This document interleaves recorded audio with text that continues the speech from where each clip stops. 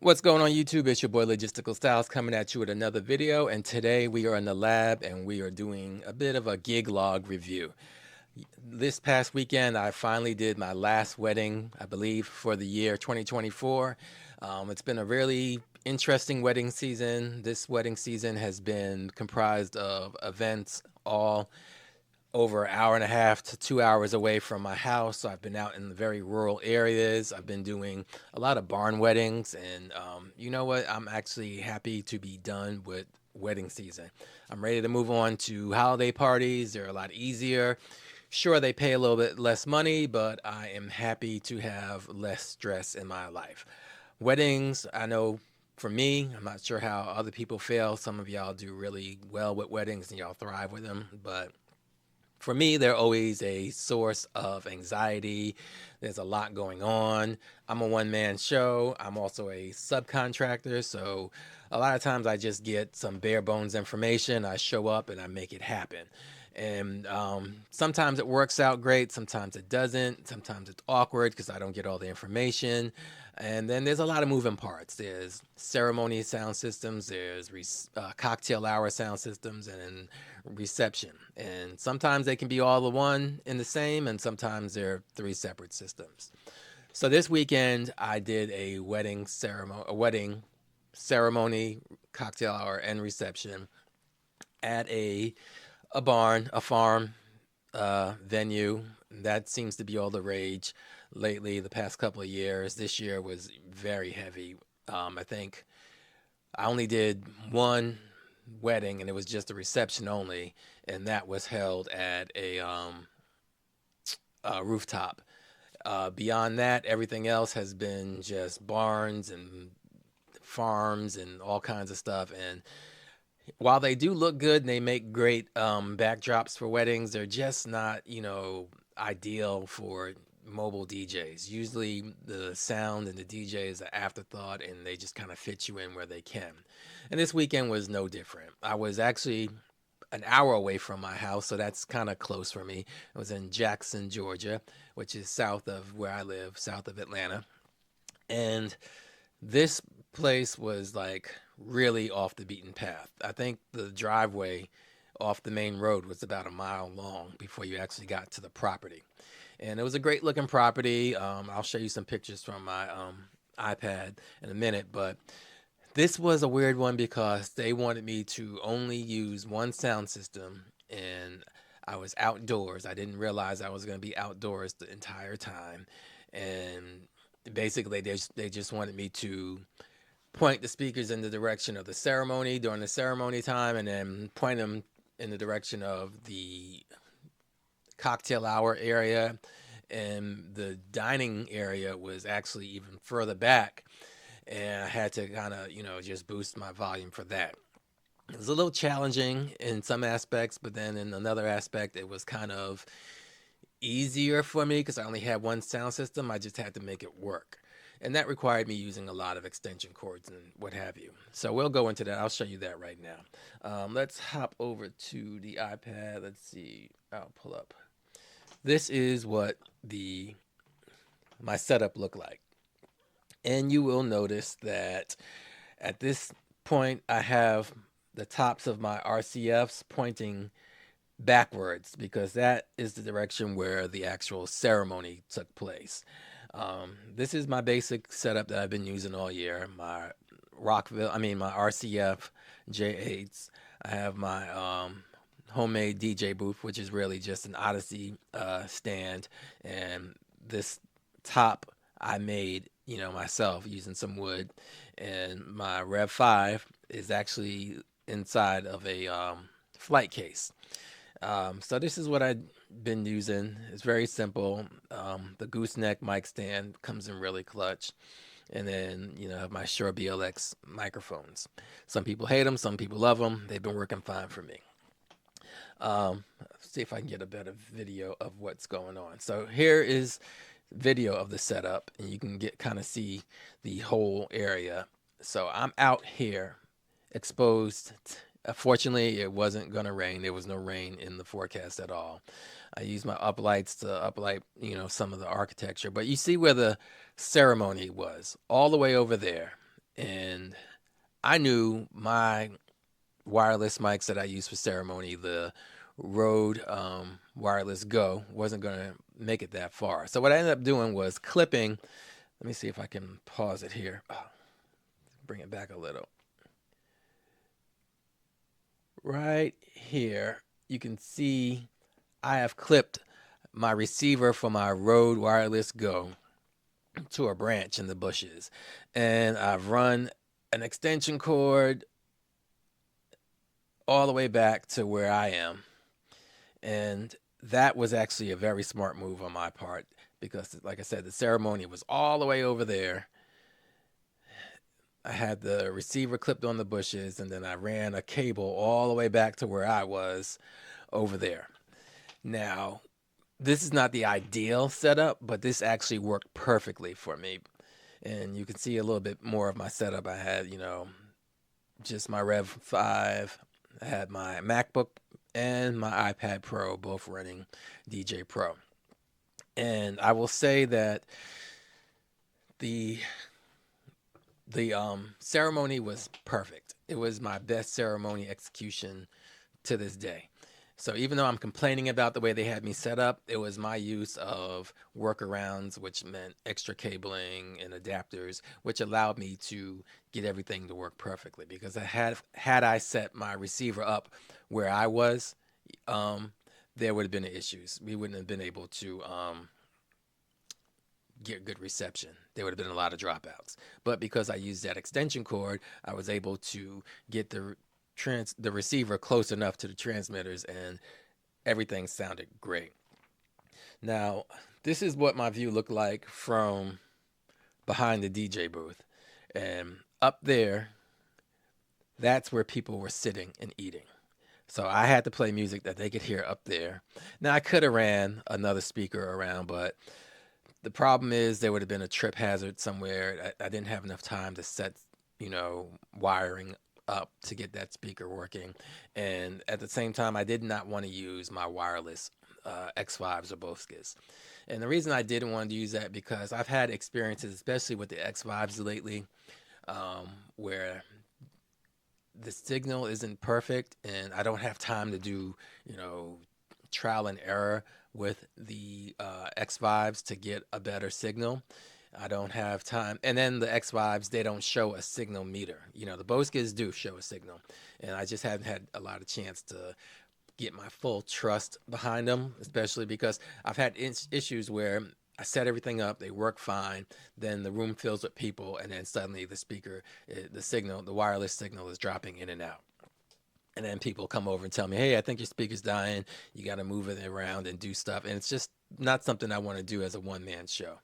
So that was how I had it set up, but it worked out really well. Let me see if I can pull up some other pictures. Everything seemed to work well. I had enough sound, but it was just really awkward. This was during the cocktail hour. Everyone's just sitting around. And at one point, I had to stop using, like for a ceremony, I used DJ Pro on my iPad to run the music.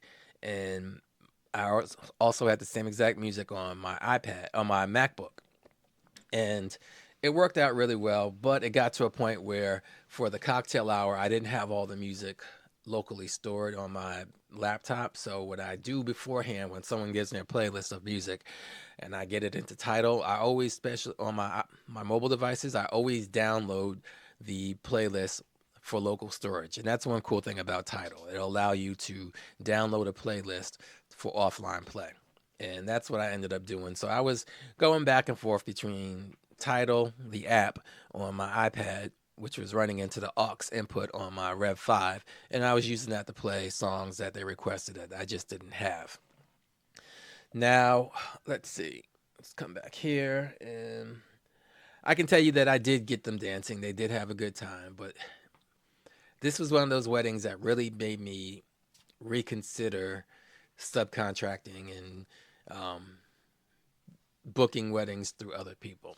I really prefer when I have direct contact with the wedding couple or the client and I get firsthand information.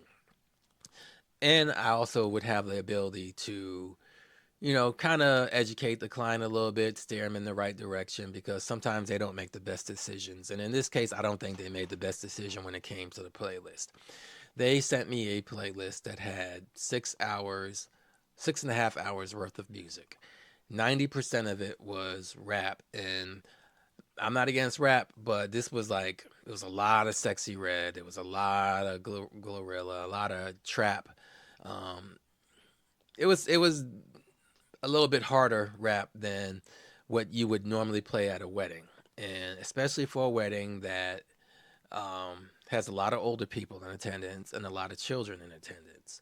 Sometimes I think that's what happened in the case of this bride. She was just thinking about her and her friends and the type of party that they wanted to have. And uh, they didn't give me a lot of family friendly music. It was either country, modern country music, or all rap, hard rap. So I did the best that I could do. I actually exhausted all of the country music on her list and played it during dinner and cocktail hour. Even though she said she also gave some genres for me to choose from. She told me, play a lot of current pop music. When when I started playing music that wasn't on her list, she came over and told me to just stick to the list. So by the time she told me that, I had played all the country music. So the only thing that was left to play was Sexy Red.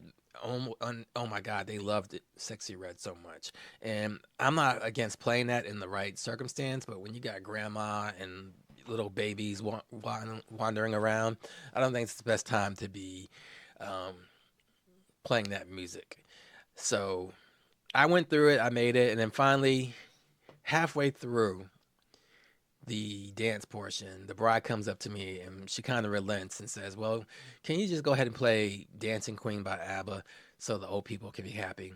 And I immediately took that off ramp from the ghetto ratchet stuff and played the generic, the regular stuff that the old people expect to hear at weddings. Dancing Queen, um, Staying Alive, YMCA, Whitney Houston, I Want to Dance with Somebody, Earth, Wind, and Fire, that type of stuff. I went through a set of that, and you could see the change in the dance floor. You could see the families coming out to the dance floor, the older folks. They came out and had a good time. And then, I once I got them, a little dance energy going, then I went back into some easier, softer rap, the wobble, Cupid shuffle, stuff like that.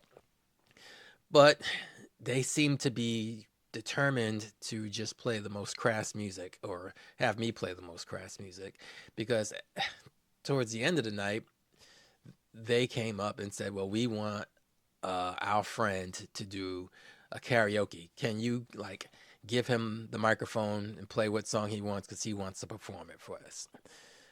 This is what the couple requested, so I obliged. I told them, "Hey, the song you're requesting only has a dirty version available for me." They're like, "No problem. That's not a problem. Just play it." The song was Mega Man by Lil Wayne. And the thing about Lil Wayne is he uses the N word a lot. A whole lot. And in this song, there was a whole lot of F these N's, F these B's, and this, that, and the other. And this guy is singing that to the audience. And it was really challenging or difficult for me. It was actually humiliating and degrading for me because I was the only black person in the space, the only black face in the space. And you got this country dude using the N word a lot. And it was problematic for me. I made it through. I got through it. They wanted to do a couple of more songs, karaoke style. Unfortunately, it ended up being like Mr. Brightside and stuff like that. But I had a problem with it. I had a problem with it, and I felt like here in America, because of what's happened with the recent election, there are certain people who feel more empowered and emboldened and kind of want to push buttons. And I'm not sure if they were trying to push my buttons or if they were just totally aloof to the fact that, hey, or insensitive to the fact that, hey, there's a black person right here. Maybe we shouldn't be singing this song. but there was nobody batted an eye. I was the only person that was upset or offended, and I didn't put it on, I didn't wear the offensiveness on my face, or I didn't let people know. Hopefully it didn't get picked up too much, but um, that's how my wedding went on Saturday. And it kind of made me realize that next year I'm going to be really, really selective about the gigs I take, especially weddings, because weddings can be the most difficult because you have such a wide variety of people there. You have the grandparents, and then you have the aunts and the uncles, and then the best friends, and then people with their kids. And it's a whole lot of different ideas of what's acceptable and what's not acceptable all in one room. And when I do these, especially in the rural areas, like this year I've driven up to Tennessee. I think I did one right on the border of Alabama and Georgia. I the guy I subcontract from the most, he books the whole Southeast. So and these little country towns where they don't have DJs and they have to book someone from Atlanta to come out, you end up being the only person of your demographic in a crowd full of these people who don't necessarily like you. You're just a help. And I felt like that, and I don't want to feel like that anymore. Next year, I'm going to be 50 years old, and I got a day job, so I don't need to be putting myself in these positions where I'm feeling disrespected and I'm doing a ton of work just for $1,500 to $2,000. I can get that in my day job. So that's how this wedding season ended. I was really hoping it was going to be a little bit better of an event for my last wedding for the year, but sometimes you gotta. A lot of times, as a DJ, as a mobile entertainer, you have to kind of take the situation and make the best out of it, roll with it, get to the end of the event, and get the heck on out of there. And that's what I did. I got the heck on out of there. I don't like to deal with politics at all because I don't think one side or the other has the answers or is the best solution. I think this country is way too big for politics or topics or anything to really be binary. It's not just one or the other. There's so much gray area. It's not like maybe in European countries where the countries are the size of our states. It's a lot different than, if you go to Europe, you can go to all these different countries and still only have driven as far as it would take me to go from Georgia to Virginia. The U.S. is a really, really big place, and there's a lot of different nuances from the Northeast to the South to the Southwest to the far West Coast to the Northwest. They're all different kind of attitudes, and you just kind of got to make the best of it. So that was, I don't know, this whole video has kind of really just gone. I've just been freestyling this whole time, but this was supposed to be a gig log. Hopefully I showed you what my stuff looked like. Let's get back to the gig log. Let's at least show you what my lighting looked like. This is what I used. Started out with uplights for the event. I had them set at a static color, but when we got into the dance portion, let's see, you can see they danced a little bit. They had the glow sticks out. They partied. They had, a good bit of fun. And I just made the best of it. But let me see if I can pull up what my lighting looked like. Yeah. This is what happened once I put him, into party mode. I had some synced up and some of them I just let do their own thing. But it ended up being nice. This was at the end of the night after everybody did the fake send off, which is another thing that has been annoying me this whole wedding season, is when they book too much time and then the photographers are like, well, we got to leave. And so let's just do a fake sparkler send off and then tell people to come back in the party afterwards. Nobody ever comes back in the party after you do a fake exit, because after you do the fake exit, you see people packing up, specifically the photographers and the videographers. And then that kind of catches on. It's contagious. You start seeing people leave an event, you want to leave too, especially if you've been there for 4 or 5 hours already. But that's what happened. That was something that's happened at every single wedding I've done this year. It's like enough with the fake exits, just figure out something else. Wedding planners and coordinators, they got to do better with that. But yeah, that's my video for today. This is just a gig log, a little bit of a rant, and hopefully it wasn't too much of a rant. Let's see, 20 minutes have been going on. All right, I'm gonna have to edit this down a little bit. But anyway, keep looking out for more videos. Keep looking out for more content. Don't forget to like and subscribe and follow me on Instagram, Facebook, or whatever. You can find me on whatever social media. I'm not on X. I'm not on TikTok, but you can find me. Until next time, this is your boy Logistical Styles, and I am out.